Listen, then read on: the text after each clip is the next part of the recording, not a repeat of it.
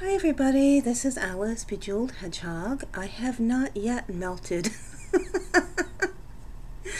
but it is hot even in the apartment with the air conditioners going. You know, the air that's coming out is cool, but it's like doing battle with the hot air, I guess, pressing in from the outside. I think cool is losing.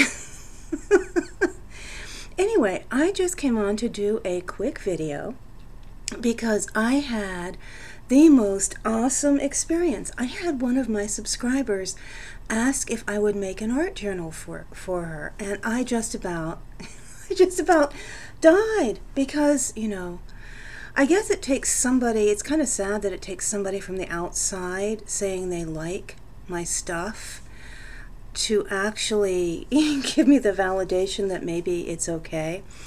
But anyhow, you know, what I had to explain is that I'm not actually using an art journal yet in terms of a made book. I'll put links down below, and this time I will remember, to some videos by another YouTuber, Ginny Belly.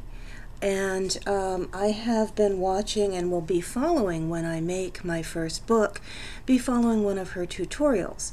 The thing is, when it came time for me to start my July art challenge, which Poet Spice initiated,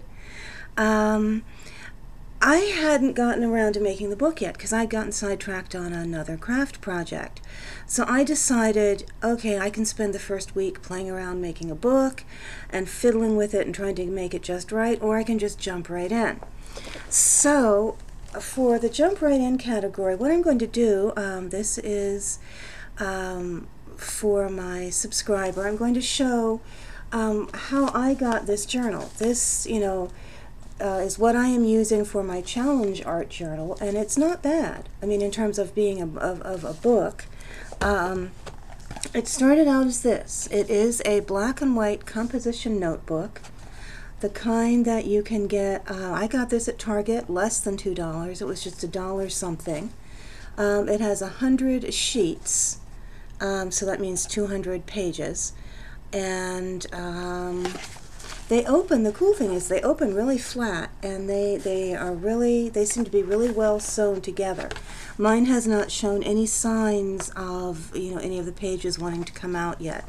Sorry, I had this out of your view probably. So they're really flexible, really good. They have really nice little bindings on the back. And this is one, obviously, I have not yet used. Now the pages are thin. They are just the typical kind of thing you use in school. So this is what I started with, and I had gone ahead and coated the whole outside of this with gesso. And gesso, you can get it in translucent, white, I think there's a clay, but it's just basically a base because this is shiny cardboard. Let's see if I can, yeah, there you go. You can see the shine across it. And this is the kind of thing that paints and markers and things, well, Sharpies will stick to anything, but other than that, you know, nothing wants to, you can't paint on it, you can't do anything with it. So gesso is really just a base that you use to create a flat surface that will accept paints and markers and whatever you want to use. And when I had purchased gesso and gone ahead and gessoed the front, you know, the whole thing, including the spine and both inside covers when I first got this notebook. And as it turns out, the only thing I painted on the outside was the spine.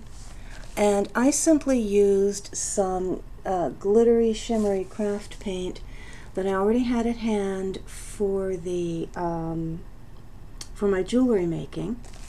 And I also, on this particular, on the back cover, I painted along one of the edges.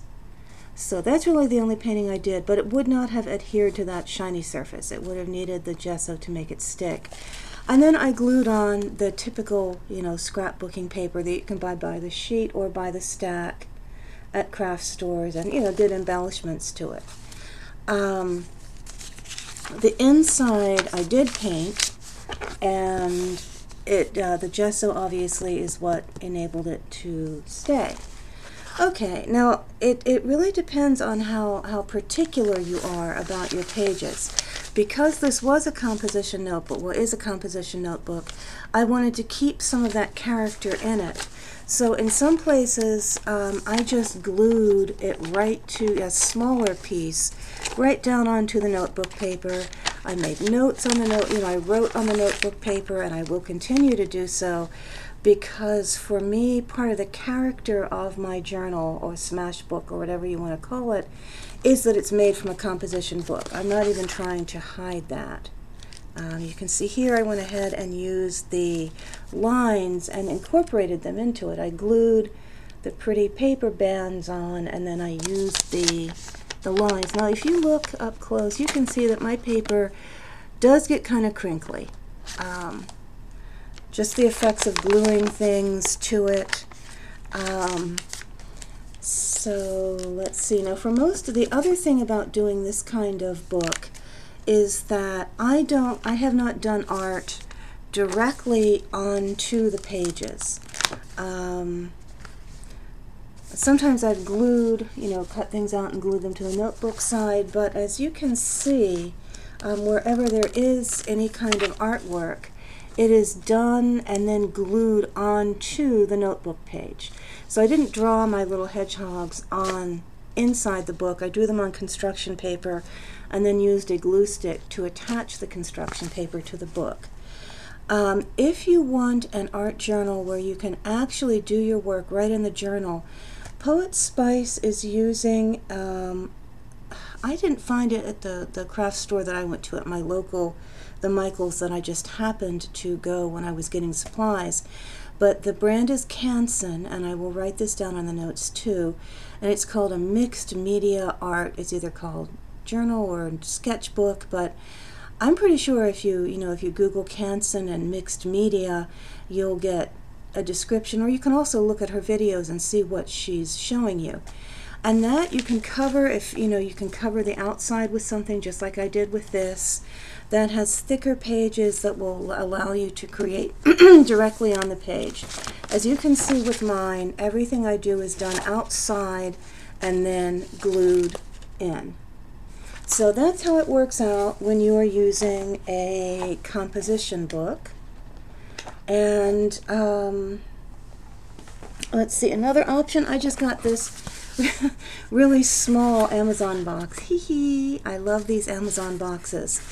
And one thing you could do if you wanted to keep your pages loose, if you have this style Amazon box, because they come in all sizes, you could make it into a portfolio like I'm doing with the larger one. This is what they look like when they first come.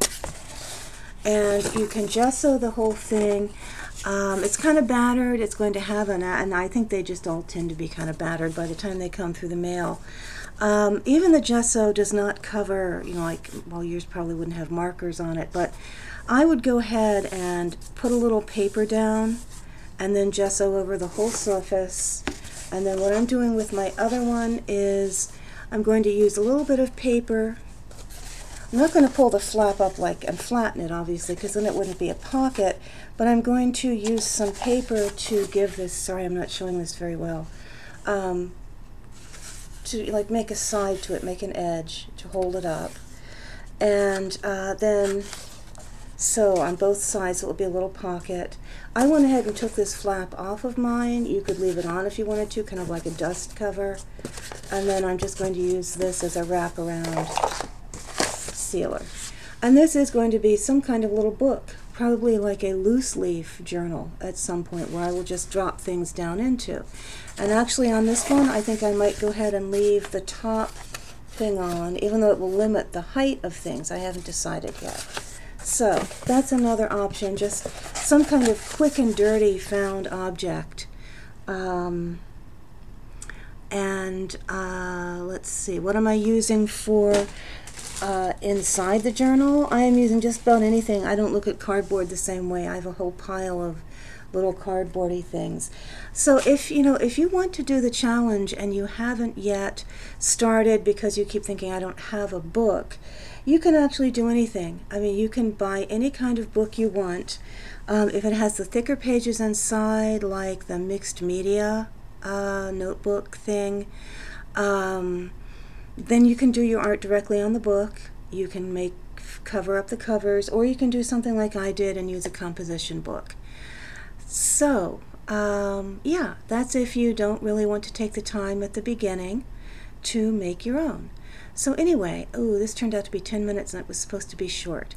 Okay, I hope this was of some help, and yeah, thank you guys for watching me and subscribing me. And wow, you like my stuff. I'm really happy. Okay, good night.